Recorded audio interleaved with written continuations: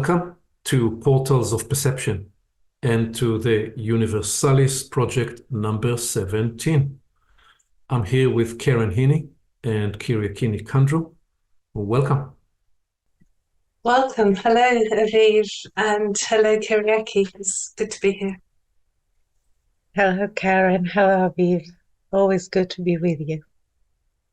So we just recorded episode 16, where we established the core premise of the Universalis project, which is the sense, the intuition that we are in the early days of the emergence of a new upgrade, new update in the evolution of human life and the evolution of the human model.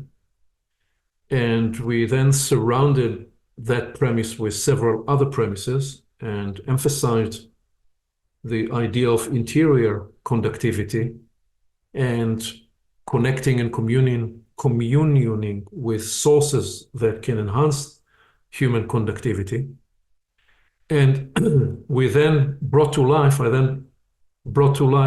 my journey with contemplation and how and why the contemplative pursuit is foundational for this process. And what I want to do in this episode is just distill one way of describing in a almost binary framing the transition, the shift to the Universalis arising, and then pick up something that emerged at the beginning, the very beginning, Kyriaki, when I think it was Kyriaki, but maybe you both spoke to it, that one of the segments that left an impression from the exploration we were involved in yesterday explored and depicted different types of knowledge, all as part of the bigger exploration of the different pathways for knowing, and which is by itself part of the exploration of the evolution of consciousness and the evolution of knowledge. So that's what I have in mind. Let me pause here and see if there is anything you would want to offer as a bridge from episode 16 into 17, and then we will embark on the journey, please.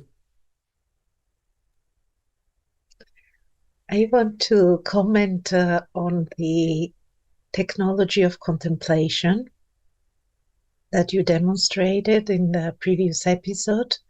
And you showed live a living contemplation that emerged and unfolded through many years and maybe started to give yield in a different way or in a slow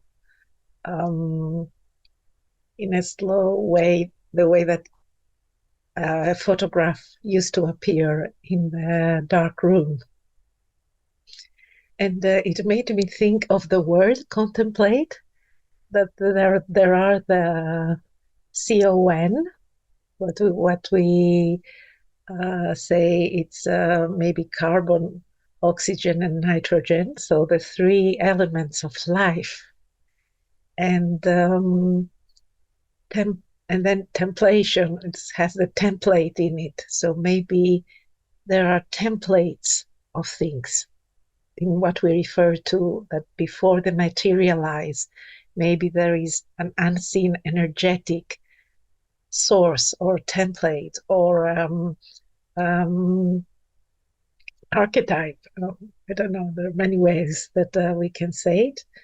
And for that, the Greek word is syllogismos. So it's syn, which means together, with logismos comes from logos, which has many meanings. It means reason, it means cause, it means word, and it means logic. So it's like all together, a dance, a courting with an idea, with an inquiry. And I think that was wonderful. Thank you. We always love it when you can offer us the Greek language insight. The intelligence in the Greek language is totally unique. Thank you. Please, Karen. Yes, it's a similar sense of the diversity and the range of capacities. Contemplation isn't a one thing, and it's drawing in assimilation and catalyzing and responding. And some of these capacities, different lives will be more easy with, abiding and expressing, and others may be more of a struggle. And I think that's part of the development journey in it, because if we just went with the capacities and the skills and the capabilities that we're easy with, we'll only get that part of we were talking about developing a pathway or creating an ecology, and we don't want to keep going along the same pathways. And so there is the stretch of taking on, new ways of approaching, the different capacities. I keep using the word capacities. But yes, I think that's the important aspect, is that it's appreciating our uniqueness and the piece that we can bring to unfold the story and share with each other. And then there's the appreciation of the other pieces that other people bring, that they have more ease of access to, but equally having the stretch in both. Yeah, thank you, Karen. What it brings up for me is the awareness and the invitation that in the work we're doing, there is a stretch involved in it. Most definitely, we're stretching into new capacities, we're stretching into new inquiries, we're stretching into new connections, we're stretching into a kind of a persistence in abiding. And alongside with all these ways of stretching, there is a way in which we can relax. So there is an invitation to relax into the stretch rather than,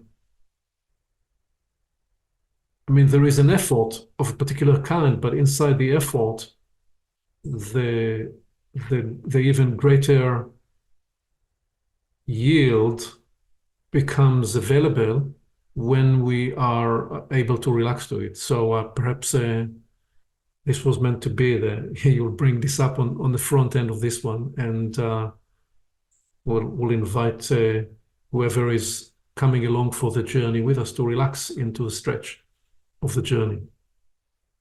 So with that, let me bring the invitation here is, as we said, so Universalis 17, dimensions of knowing and dimensions of knowledge. First, by way of recapitulating something from this previous conversation, something to place as wedges that we can come back to, or scaffold that we can put some weight on, and as we describe the Universalis shift and the way of contemplation, which is that from a world in which we are often guided with obsession with what we think we know.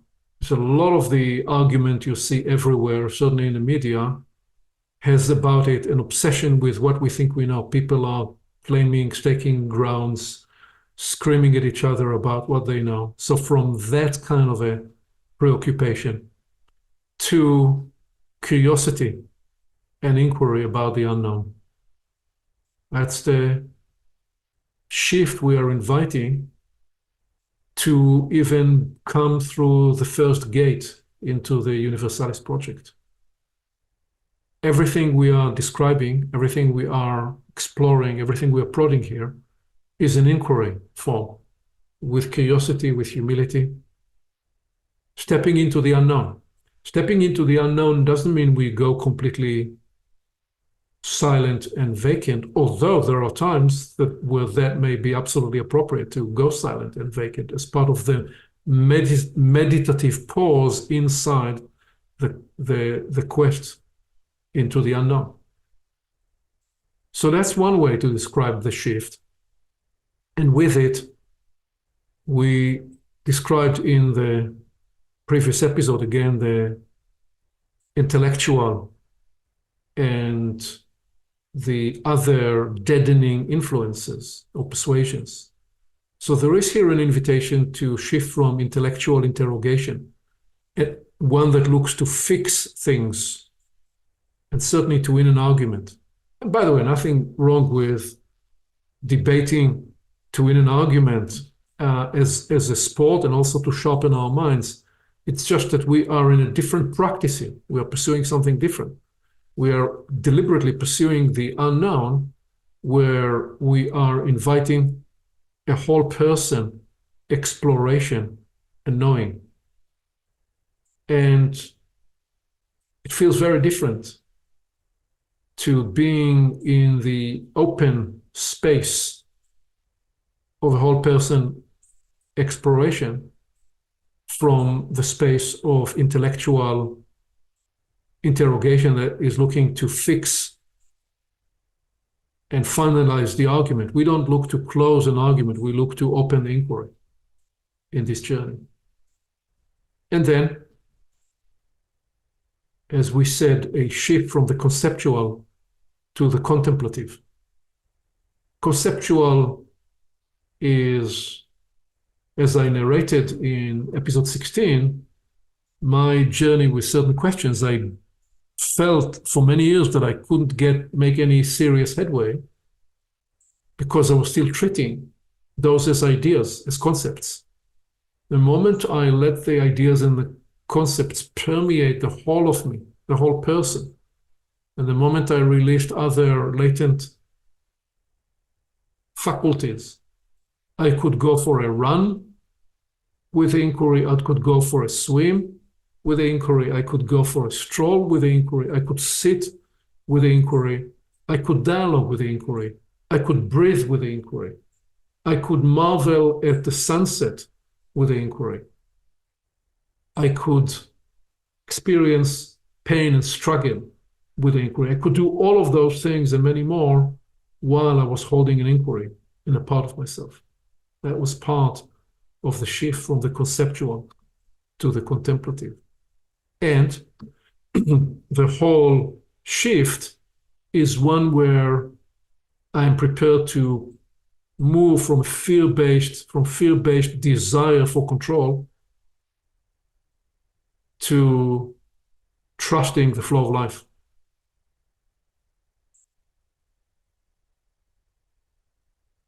Because contemplation is a form of dance.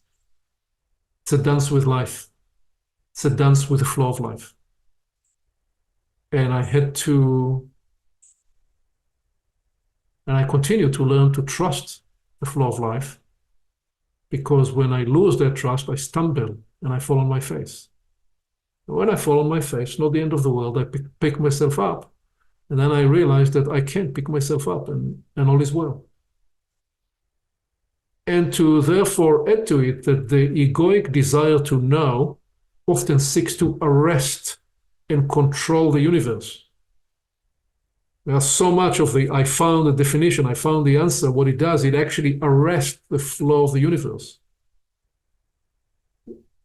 On the other side, the desire to contemplate and uniserve, that is to say, serve the universe through you, liberates the universe. Another way of saying the same thing is when you believe that you are the center of the universe and you ought to be the center of the universe, you want to know and control. Because you are the center of the universe, you must be in control of everything that's happening around you.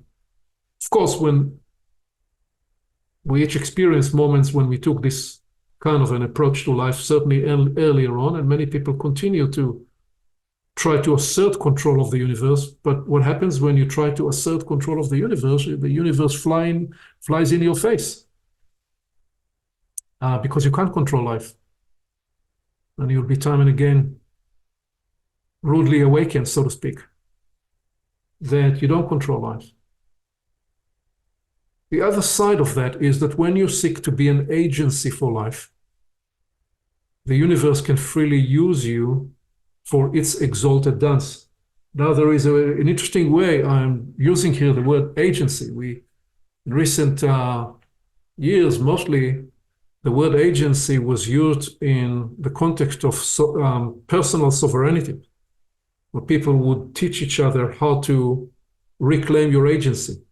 Like if you followed an inspiring teacher, there is a risk, as we explored and reflected on in the teacher's journey, of the student losing agency and projecting their agency to the teacher, which is why we kept saying in the Portals Project that this is not a place to lose your agency. I'm not a guru, and what I'm seeking and interested to do is more than anything to catalyze the interior journey, not to be the one that merely transfer knowledge. Every piece of knowledge, every loom we are exploring here is more than anything designed not to transfer a dogma, but to be used as a starter to catalyze your own discovery and transformation and awakening journey. So when I use the term an agency for life, there is in it the intimation, the invitation that, great, after you reclaimed your own agency and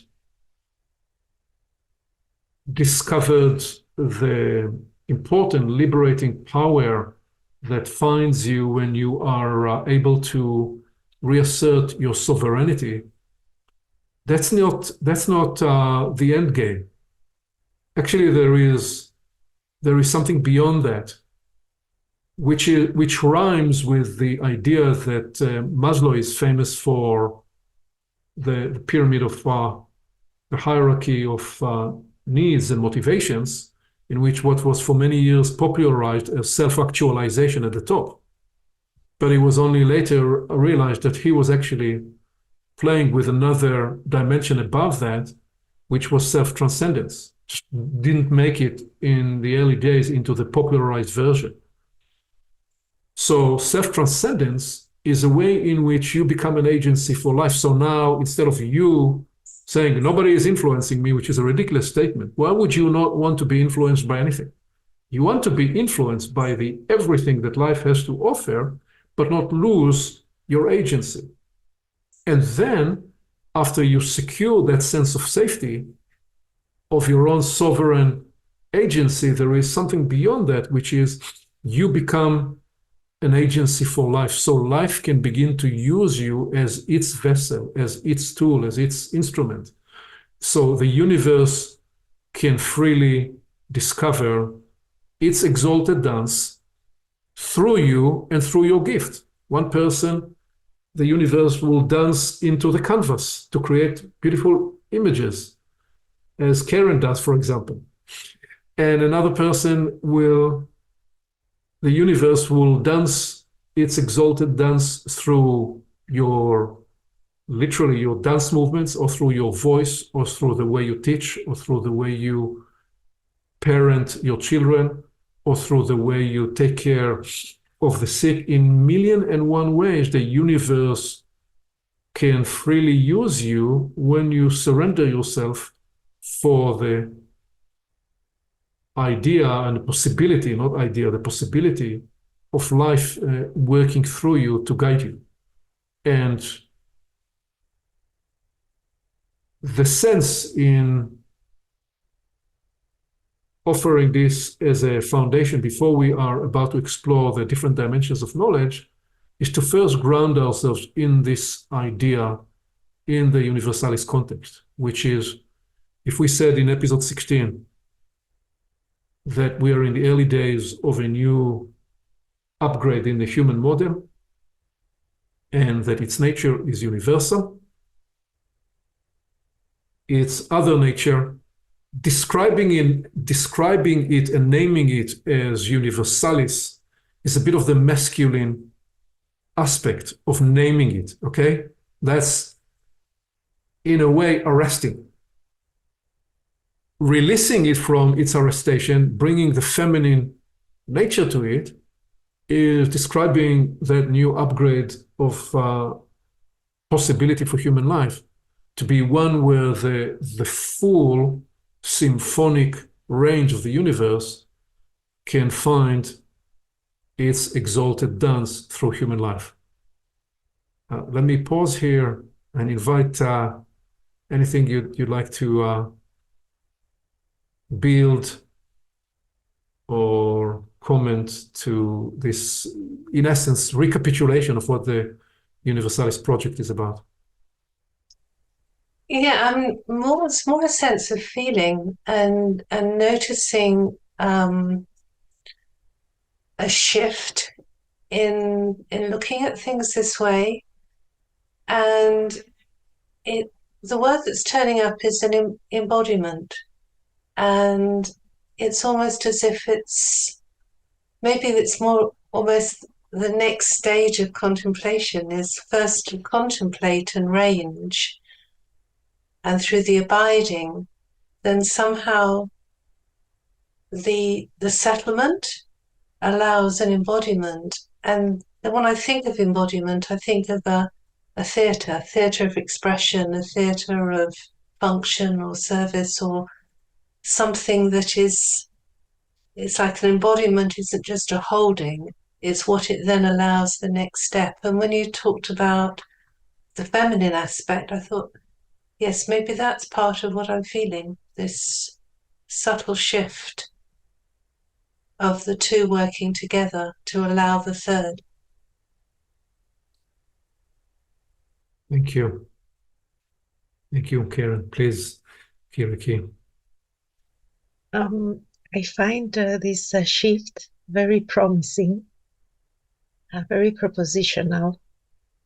And I'm thinking and contemplating on the releasing ourselves from the wish to control, to box things, to put them, in a bottle. Like when I remember when I was a child, I used to roam on a forest close to where we live, and we were chasing butterflies with my brother, and we would put them in a little bottle and make holes.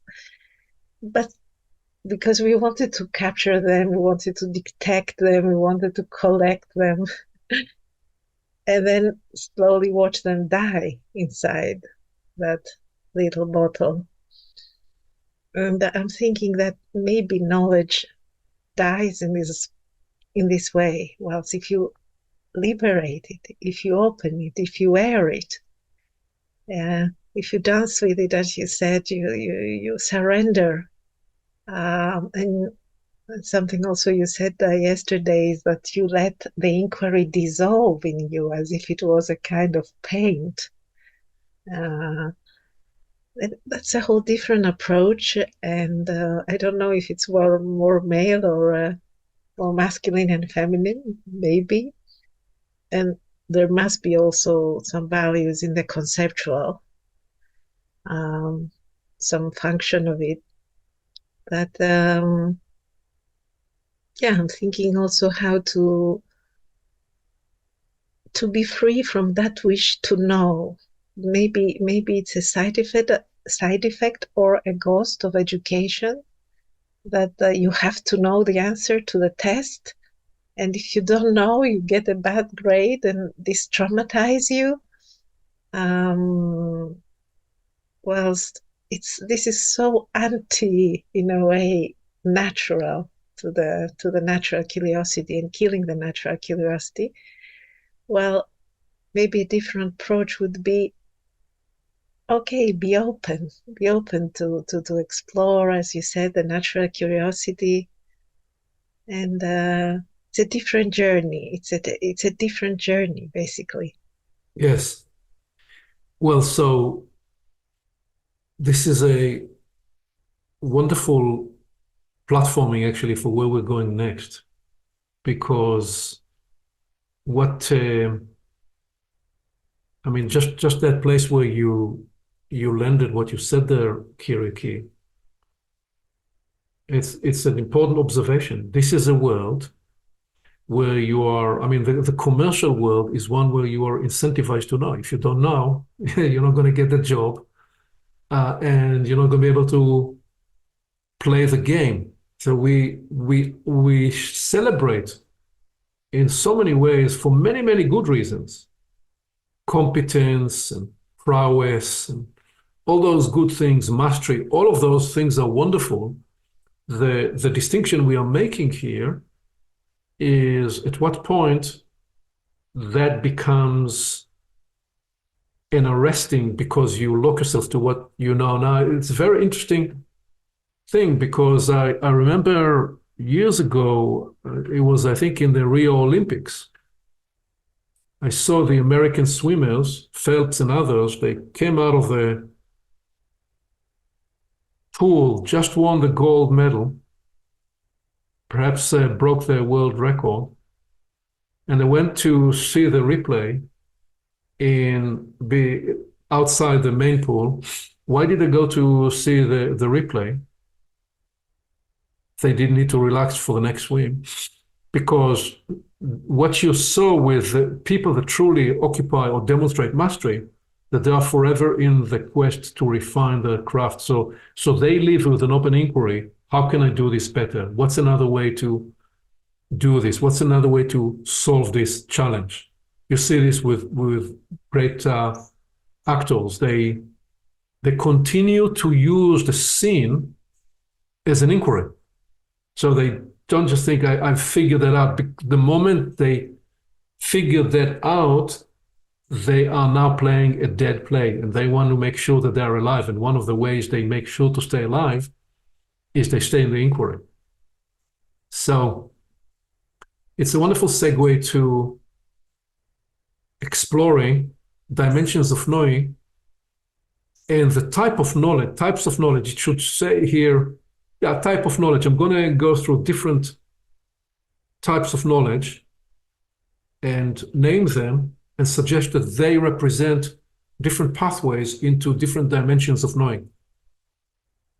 To put it in context, so there was a question in the event, in the conference we participated in yesterday, about from someone who asked, how do I know what I know? And how do I know that I know? And the question actually had a specific context. And the specific context was in the case of working with the natures of the 7 colors, with which we're describing the epoch, with which we're describing many other dimensions, and with which we're also describing true intrinsic inherent nature of frequencies that also appear and play out in the human energy system. So the question was, how do I know that I know where those appear? And especially since there are different ways and different maps of the human energy system, very popularized in the world. One of the most popularized maps is the chakra system. And it has names and it has colors and different ways of looking at it. And sometimes it's painted in one way and another time it's painted in the other way, sometimes from the cold colors, the indigo violet at the top all the way down to red, and sometimes the other way around. So how do I know? And how do I sense to these different energies in the human system to actually work with? So the exploration developed around first trying to discover what is the underlying need? What is the underlying cause? And I asked, is there a need, is the desire to want to better name and identify the energetic process in the human system so to be able to balance that need? Or is it more to be able to detect the nature of the experience we are in, because those sevenfold natures will appear in the practices we develop and the exploration. Sometimes we will be more yellow, sometimes we will be more green, and sometimes we will be more blue. So I'm hinting to the different natures. And or was it about being able to conduct in a more effective way specific processes, specific atmospherics to facilitate a discovery for people? So the different explorations. And then the suggestion was, well, the inquiry arose from an even more foundational place, which is how do you integrate what you think you know by way of reference that you have learned and the feeling experience? How do you bring these two interior universes into a convergent coherence where thinking and feeling work together rather than fight each other? Which is a very, very potent, and I was very glad that emerged in this way, because it occurred to me in the moment, this was a live dialogue, that what was emerging represented some of the holy grail of this moment in time in terms of the exploration. Why I say holy grail of this moment in time, just to put it in a historic context of the last 60 or 70 years, which in the epoch transition story we often describe as the culmination of blue and the transition into indigo, and now intensification of the indigo-violet phase. There's one of the things that came at the culmination of blue and its transition to indigo was the development of meta-theories. There were many theoretical frameworks earlier on, but the evolution of meta-theories in many spaces is really a middle of the 20th century phenomenon. Primacy, if you like, of the intellect's capacity to build abstraction on abstraction on abstraction. One that aggregate all the aggregators of all that was aggregated in knowledge before. By the way, it worked well with the computing revolution and how computing power supported that, which of course is now emerging and playing its way through the AI, ChatGPT drama and all that's evolving on that front, part of a different conversation. But that was kind of coming into primacy into the 60s, 70s, and 80s as one of the trends on the leading edge of thought.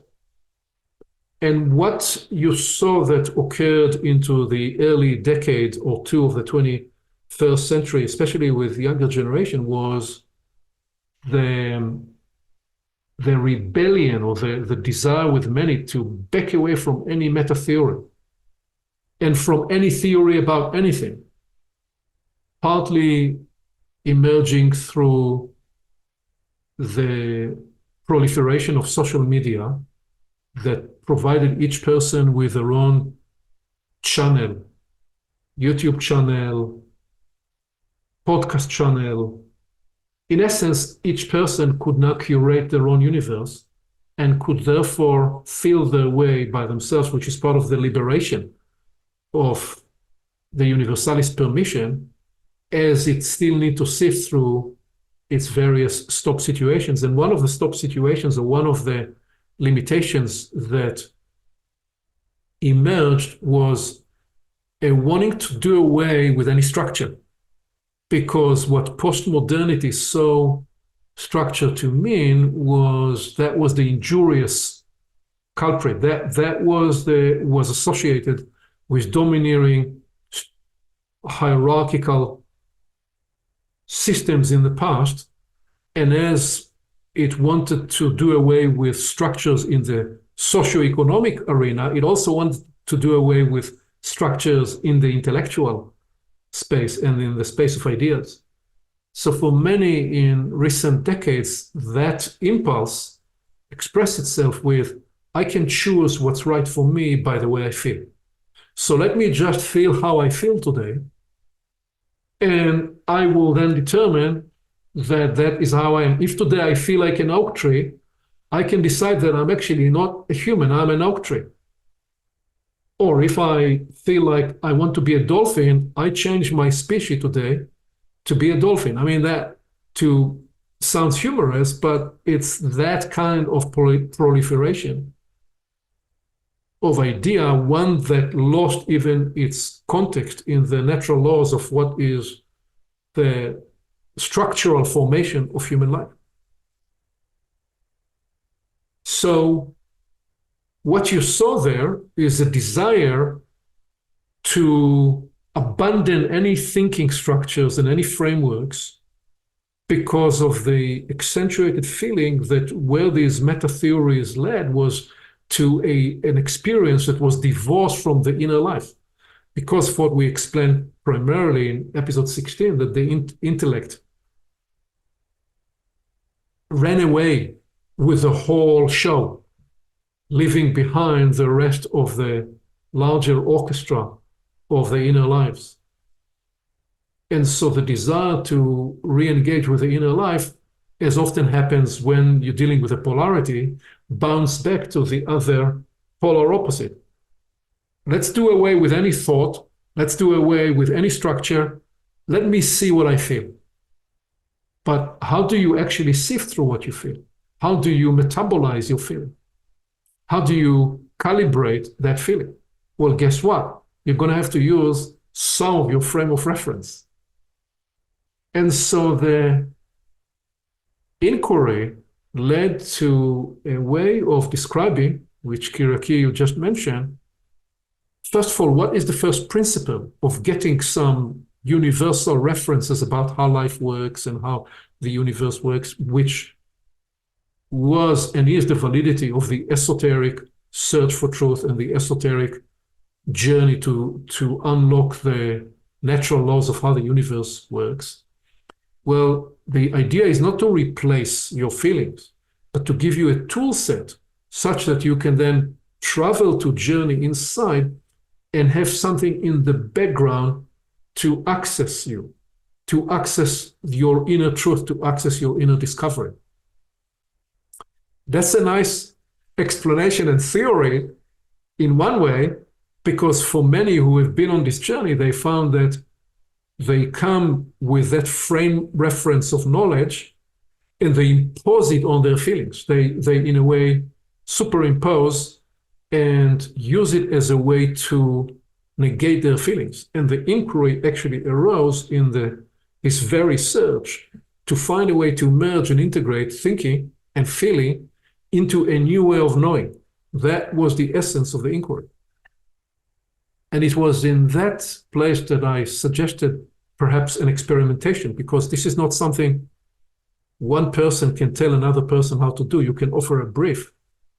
Part of this is actually discovering in our own natural human system the unique pathway that will work for you.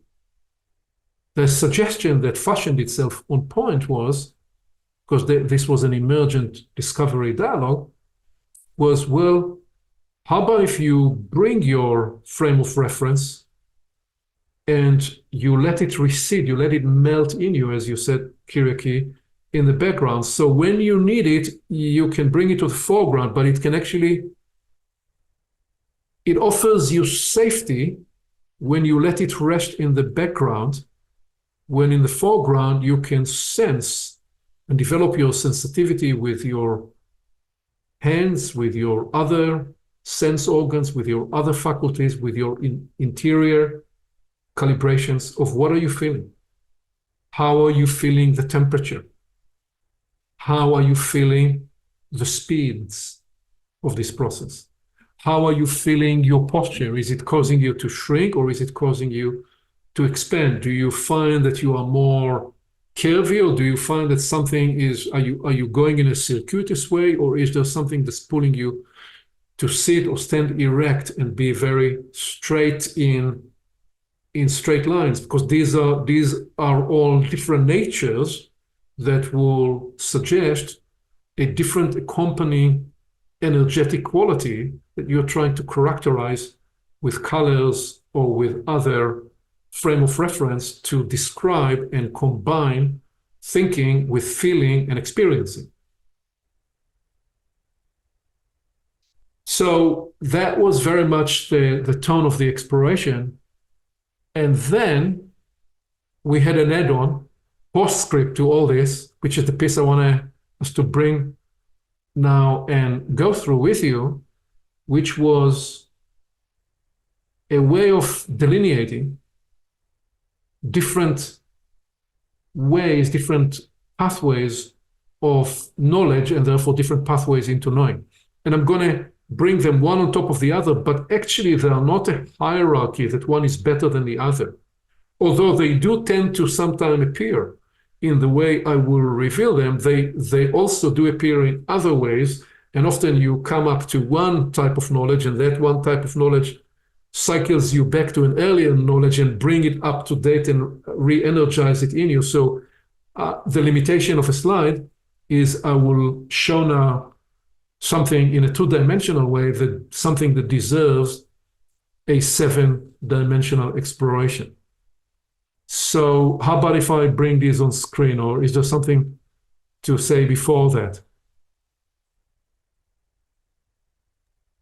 I'd just like to say what you were talking about just now, to do with the moving through the, I want to feel like I'm a tree, so I'm a tree, and the different ways of incorporating the kind of the move away from the theoretical views of things to the extreme feeling, and then bringing the two into balance. As you were speaking, I was thinking that is part of the evolution of the consciousness. So it was to kind of bringing that inquiry, as it were, alongside, because it's almost like the rocker bar of the extremes allows the natural balancing to evolve into something that is more holistic and more connective and more universal, because it's working with the laws and the way things work. Yeah, thank you. Thank you, Karen. So indeed, we're looking to find a way to integrate thinking with feeling, which is part of also explored in specifically in one of the soul events that we published, and we are revisiting it in one of the soul chapters, either published or to be published. I no longer remember what's where. And there is another dimension in it, which is once we bring together thinking and feeling, there is a way in which we can begin to spiritualize thinking and begin to spiritualize feeling, which is truly where we begin to generate the surplus of these sense organs. And though we describe them as, there are different faculties or different sense organs that produce feeling. There are more than one way we feel, and those feelings can be purely sensory inputs, and they can be spiritualized to build unto themselves a whole other dimension of experience, which is part of what we are inviting when we are describing new sense organs that are coming online for the Universalis evolving. Please, Kyriaki. I think this deserves a conversation on its own. The combination of thinking and feeling, or we can say the mind and the heart, or the brain and the heart. These are two different organs that are very essential to life. I mean, that's how we know someone is alive. If the brain is transmitting signals and the heart is transmitting signals. And it's interesting that there have been cultures and streams and epochs where the one is more dominant or the other. But I think there is an alchemical powerhouse when you combine both. When let's say the mind and the heart are aligned together, and then something magical happens. And also I see it often where when people meet that are more mentally based, and they meet together with people that are more heart-based, let's say, or feeling-based, what can transpire is really, really something unique and original. Indeed. It becomes even more potent when you add that third dimension, which we sometimes describe as the 3H. At least when I used to teach this to leaders, I talk to them about head leaders, heart leaders, and hand leaders. Hands leaders are those that, well, it's bringing the head and the heart into the enactment of a life, into a practical application that has an acting power and a determination and the sense of will to shape the ecology and the environment around you. But you are then approaching that shaping with both head and heart. So now, alongside this, what presented itself was that the first most prevalent knowledge that people have is referential knowledge. They have a reference because they heard something. They watched a movie. They watched something on the news, and they think they know about it because they heard somebody say something about it. So if they hear a conversation of people speaking about something, they can say, well, you are speaking about such and such because they have the reference, okay?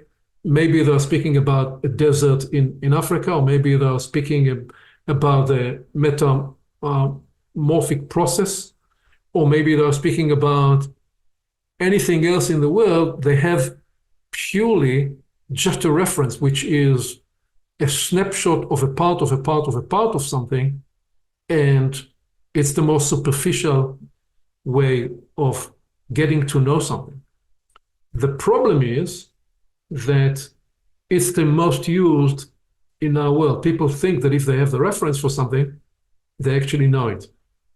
They don't even have the two-dimensional sense of it. They have still the only one-dimensional. Above that is the one we just talked about quite a bit, is the conceptual knowledge. That's where you think you have a definition of something. You think you have the clear definition of an idea. You have a concept, what we described just now as head knowledge. And you believe that because you have the concept, you know all there is to know about this. So in the way of drawing it this morning, I put here a barrier because there is a barrier to be crossed, because what these two are head knowledge, and Kyriaki, what you just talked about, was the need to integrate head knowledge with heart knowledge, and also what I will paint as the dimensions above the line here, that those next levels or natures or types really of knowledge, they come from experience. So I describe here process knowledge. Process knowledge is the knowledge you cannot ever acquire just by sitting in the classroom where somebody would describe what it is like to swim or what it is like to ride the bike.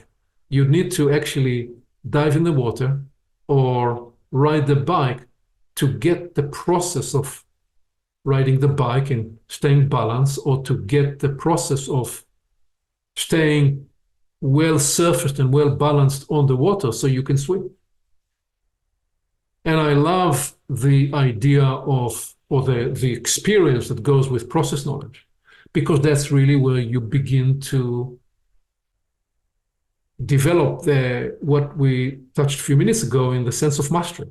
You develop a mastery of knowledge. This is where the popularization of this notion that you need 10,000 hours of a process of something to develop mastery in it. And it's very, very different when you grapple with anything in a practical way and you build experience to the conceptual knowledge, which is why in many professions, you'll have a phase, so you finished medical school, but you are not yet released to be operating or working as a fully authorized doctor. You need to have the experiential phase that will qualify you to now go and fully practice as a practice physician. The same ought to be in many professions. The same ought to be the case with teachers. I know today somebody can just turn up and call himself a teacher in the classroom. But learning all the theories of teaching modalities can never replace actually being with students in the classroom and reading the students and discovering how to engage them. So there is a profound new octave of knowledge that's emerging when you begin to integrate process knowledge, which leads me to sentiment knowledge, and specifically sentiment knowledge that arises out of a process of when you work on a piece of music, you develop a feeling and sentiment about that piece of music.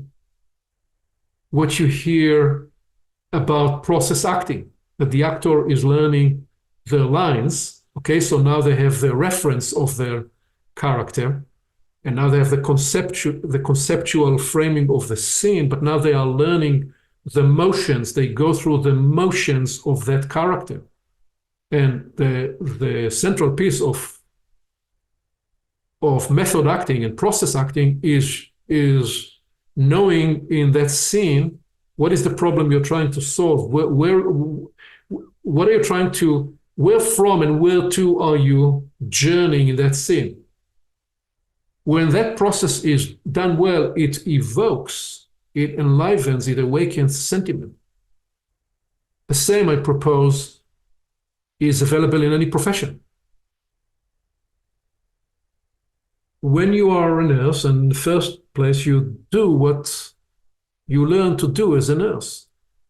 But there are, if you practice nursing, you practice teaching, you practice leading for many years, well, if you are doing the journey on the inside and you are deeply interested and curious in the knowledge that you're seeking to acquire, it will evoke in you all the sentiments and all the feelings, and you will metabolize the difficult feeling and synthesize them to distill them into the kind of sentiments with which you lead. And it is these two dimensions of knowledge, process knowledge and sentiment knowledge, that then lead us to the next octave. And the next octave is again a whole new dimension that's emerging, because beyond process and sentiment, you now begin to truly be the domain. You have domain residence. You are now generating the domain from the inside out. When I started to work with executives in large corporations in America, they didn't know that I didn't spend even one day in any large corporation in America.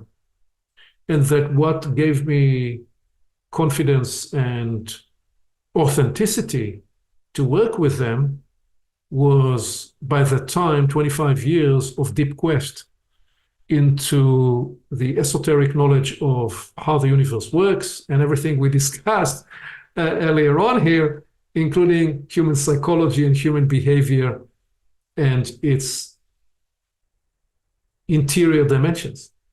But what I didn't have was I didn't have domain knowledge. So I literally work with them, and my entire consulting practice was based on inquiry. I would lead by inquiry.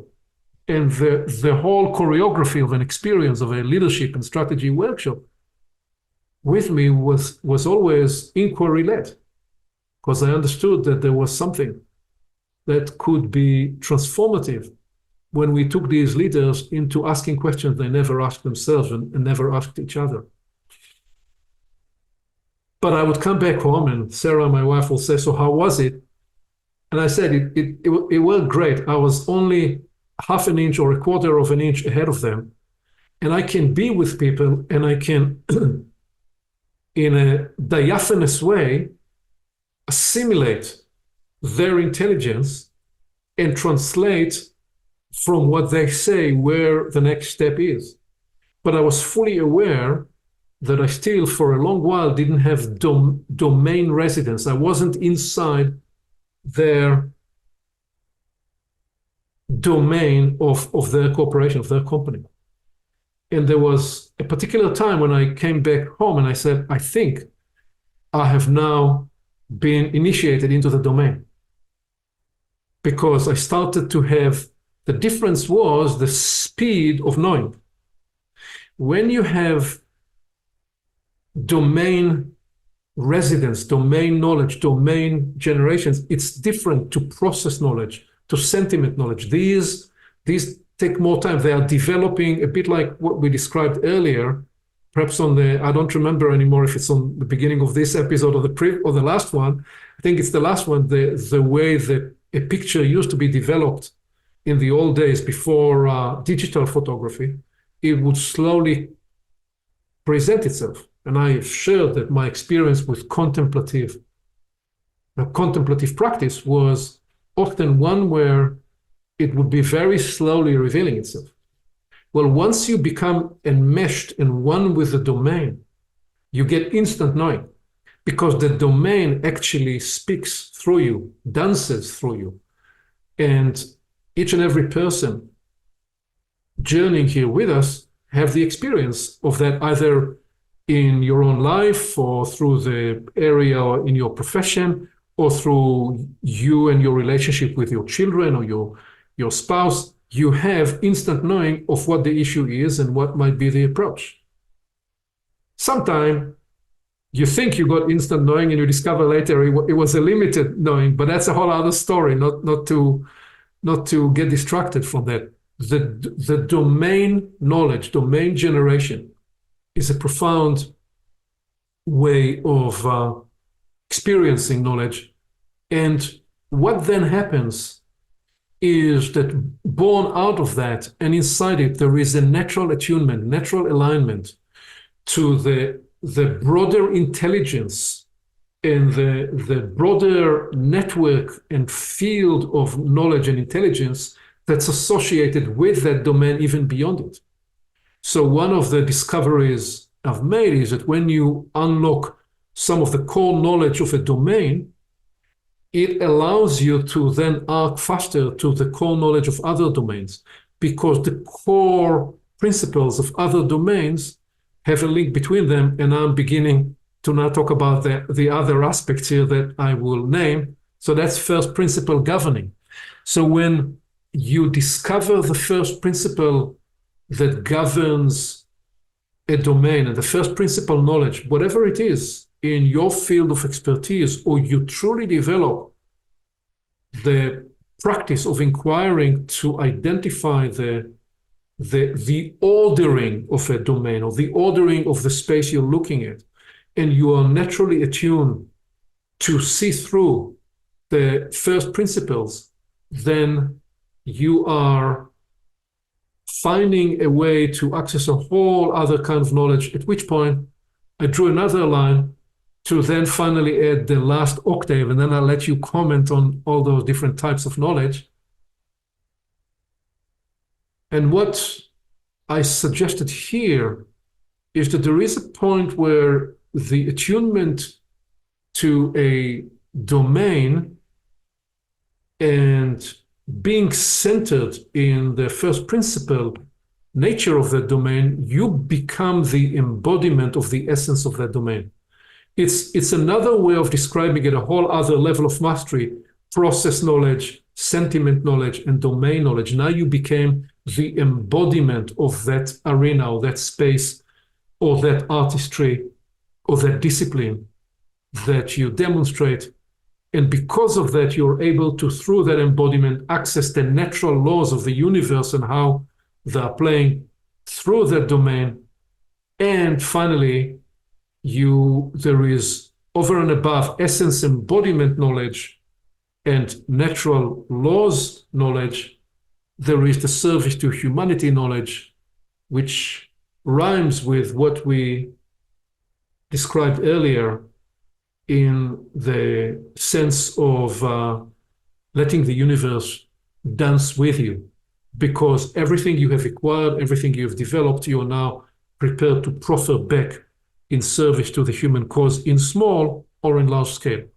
So different dimensions, different types of knowledge, each providing a different facet in the larger kaleidoscope of knowing. I would guess you would have something to offer about this very swift, very quick run through this, please. Well, it's a great read. So much could be said about it. And I think that starting from references, that it's, let's say, the first approach, but also how to liberate yourself from references and contexts, the conceptual definitions, organizing the references, filing them, and finding the core, let's say, codes that are maybe inside this knowledge, and then how to, in the process, how that become a living enactment where these codes create chains and synapses, and then that activate feelings, and they are no longer dead information or images or ideas, but they become vessels of feelings and of sentiments, really, that can permeate your life. And then very interesting, the domain generation, where maybe you become one. You become maybe one with this, that you are no longer at distance with this knowledge, but it's like a hand and a glove, that you said there is instant knowing in that, and intuitive knowing, and maybe then in the attunement there is also unconscious, and being joined by a higher intelligence then, or higher angelic presence that comes to inhabit inside your life, to then be the first principle governing things that are unshakable in you, and things that are really the rock of your creed and of your ontology,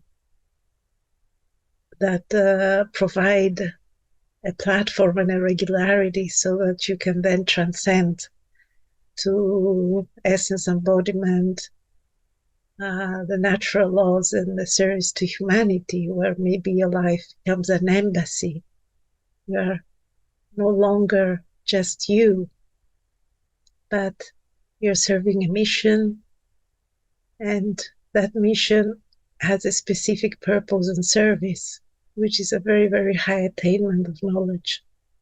I find it fascinating, and there's more that could be said and discovered. But also I find important to liberate ourselves from dogma and to not hit ourselves with a dogma or one another, but really liberate ourselves in this fountain of knowledge. Thank you, Kyriaki. So one obvious awareness that comes up is that in just throwing those names on a slide, there is a risk that they be treated as reference and or as concept. So what you demonstrated is you begin to bring life to these dimensions as you metabolize, as you internalize that. Please, Karen, what would you offer? Yeah, it's like a micro vision of the Universalis journey, which is from reference through to integration, and all stops in between, really. A few different ways of looking at it is references can be isolated, shortwave, insular, yet as you go through these different processes, you're gradually engaging in things that are long wave, which are connective, which have a purpose and a potential and a possibility. And they connect not just to, well, they connect to other, such as a domain generation. There's a huge thinking of, say, the teaching domain. There's a connection to all other teachers. And there's the exchange of what you add to the domain and equally what you receive from the domain. And one would hope that one's kind of legacy is that you're adding something through your journey. And that's an example of the sort of the connection that would go on with other people. But then you're talking in the higher levels of the essence embodiment, the connection to the unseen realms, the causative realms, and really, you know, the universe, as I said, it's the journey to the universalis integration. And another way of looking at it is with the enclosures of what things are associated, because each of these types of knowledge has dimensions within it. But again, they're not isolated. There's a weave together. It's extraordinary because working with these and working with the enlivening and, you know, the energetic enactment of them is true human work, I think. Yes. Well, so thank you. So much to further and so little time, right? I did want to populate just a little bit the right side, which we never got to yesterday. So what I have are just merely starters. This could be a full day workshop by itself, but I said, let's add some knowledge discovery, modality, and practice that belongs with each of these. Well, references, you can absorb trivia and the media, and you can read books, and you can find references everywhere around you. That's as easy or as arduous as you choose to make your search for references. Conceptual, academic study is one place, but any study you will make into any domain, you will first, if you learn how to architect things, if you learn how to design, if you learn how to engineer, you will first take the conceptual study before you're allowed to do anything.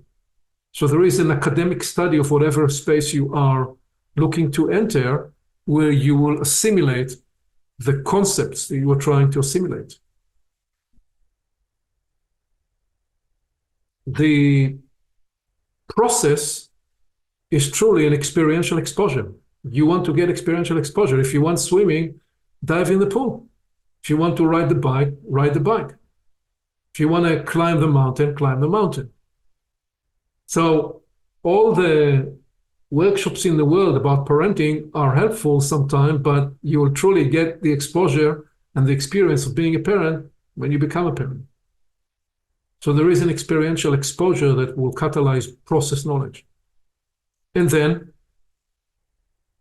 the added dimension, the added quality of the inner working of what gives rise to sentiment knowledge is taking your experience simply a layer or two deeper into a whole person, interior experience, making sure that you're not, as you said earlier, sleepwalking. That you're actually, you hear so many people, they describe their life and they say, like I had a conversation a few weeks ago, and a very brilliant person who has got millions and millions of people following and reading his books and his ideas. And he said, he was asked by the interviewer, how, so you've just changed a decade, what's your reflection and how do you think about the next decade of your life? And he said, well, I feel like the last decade I wasn't very much present in my life. So he was so much in the production of what he produced, the books he wrote and lectures he gave and all that, that he is almost can't remember himself inside the experience. That is to say, a brilliant person. He walked through the motions of all he was doing, but a part of him from the inside was not integrated. And he said, I'm hoping in the coming decade to integrate more of the whole of myself. So, and that's a person can do by themselves, or sometimes they will find a circumstance with others with a circle of friends that will help augment that journey. Domain generation is actually in many ways the fastest way is actually through service to humanity. The way I named it here is functional demand and application. So when you find yourself in a circumstance where there is demand upon you to lead, to consult, to help, it's those experiences where you say, but how will I do it? I don't have the knowledge. And the need, the demand inducts you into the domain generation, the domain knowledge.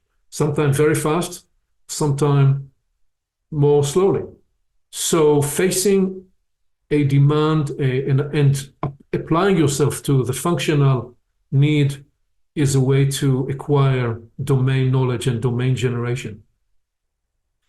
There is an inner alchemical calibration that occurs when we have been immersed in something for a while, to the point that we now have the fine-tuned calibration of the alignment and the attunement that enable us to, as you said, connect not just to the intelligence of the domain, but to the other blessings, angelic or otherwise, that accompany and envelop the domain.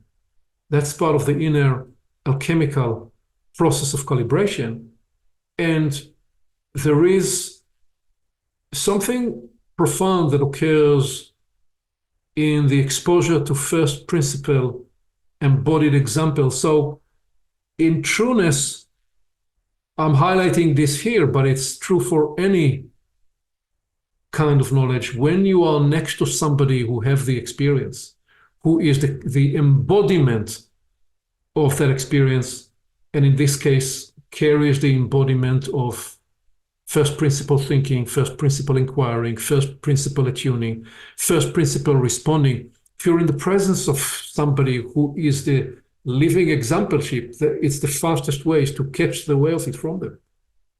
If you don't have that exampleship, in the martial arts, you'd want to train with somebody who is somewhere up there in the black belts and above.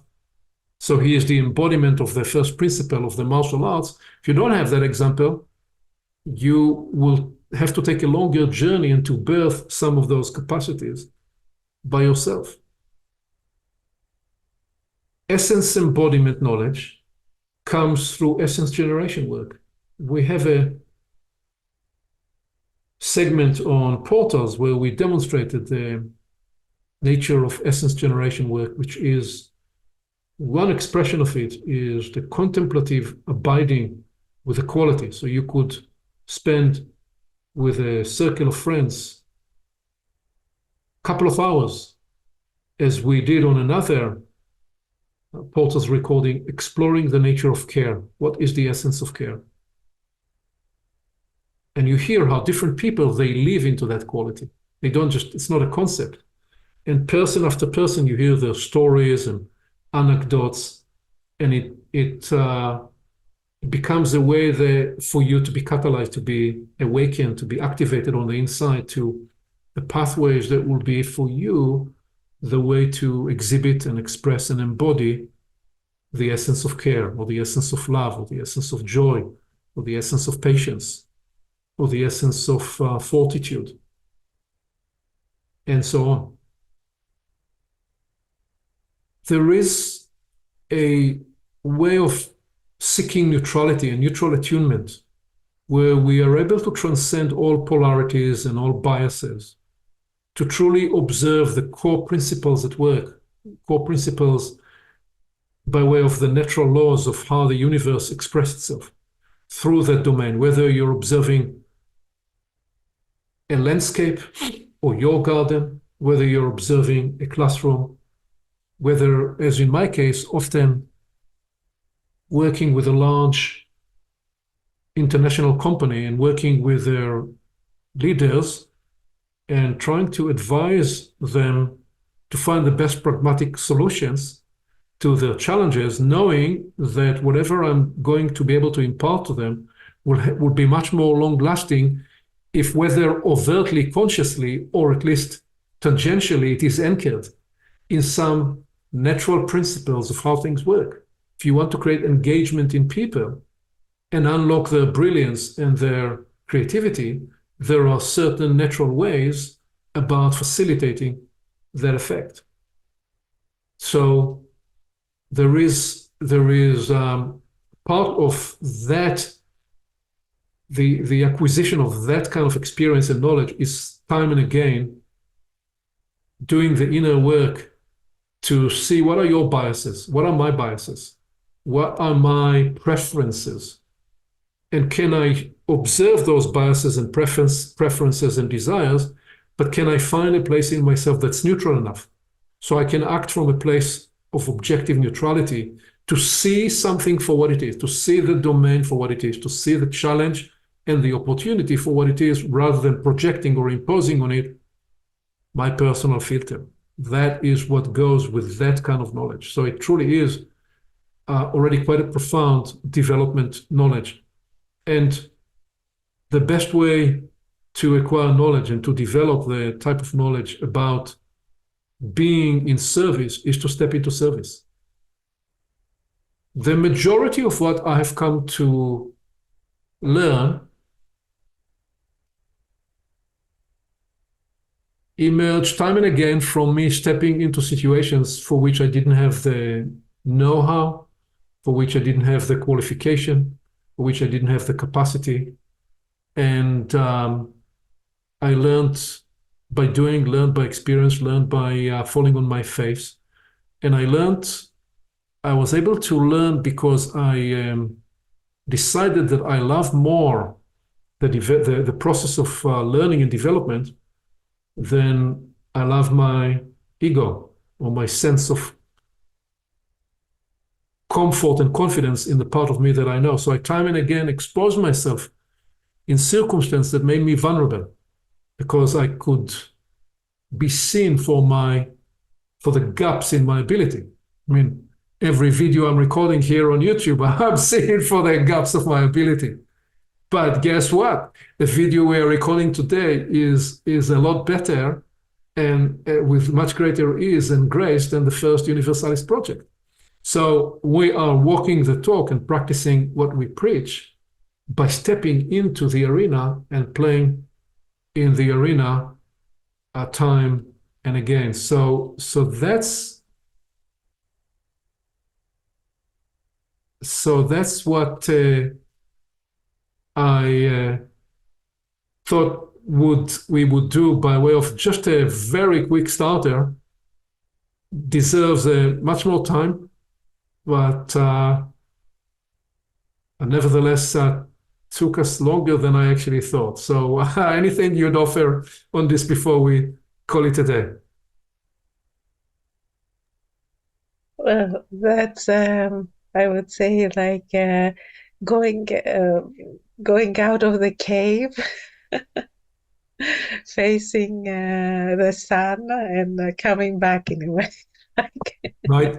And coming back in the cave to use the allegory of the cave from Plato, where I see that application also is so vital in activating, embodying, and giving substantia to whatever ideas, concepts, beliefs, values, essences. I think they need to move, they need to evolve, they need to experiment, they need to have fun, they need to build and mix with each other. So our actions are the vehicle for that, for developing more consciousness, awakening, new frontiers, and all this, of course, in service to a higher teleology, to a higher purpose. Thank you. Thank you, Kyriaki. Closing words from you, Karen, please. Yeah, just a living example of it, actually, from what I consider a service into humanity, with the natural attunement to the natural laws. I've just embarked yesterday for the first time with 8 children into a pattern design workshop, and it somehow evoked every one of these. And there were meant to be 2, and there were 8. And the teaching domain was something that I hadn't practiced for quite a while, but there was an embodiment and a living of it. And without going through each one, I could see how each type of knowledge and the knowledge discovery modality practice actually came into play. But I think the important thing was the reasoning being grounded not in the references end, but in the into service projection, but then working through. So it was a sort of, you don't start at the bottom and work to the top, or start at the top and work to the bottom. They are all integrated together. Thank you. They're all integrated together, and the more of these we bring online, the more versatile a tool we become for the universe to dance and find its dance through us. So, Karen, Kyriaki, thank you very much for a robust day of Universalis work to be continued. Thank you. Thank you, Aviv. Thank you, Kyriaki. Bye.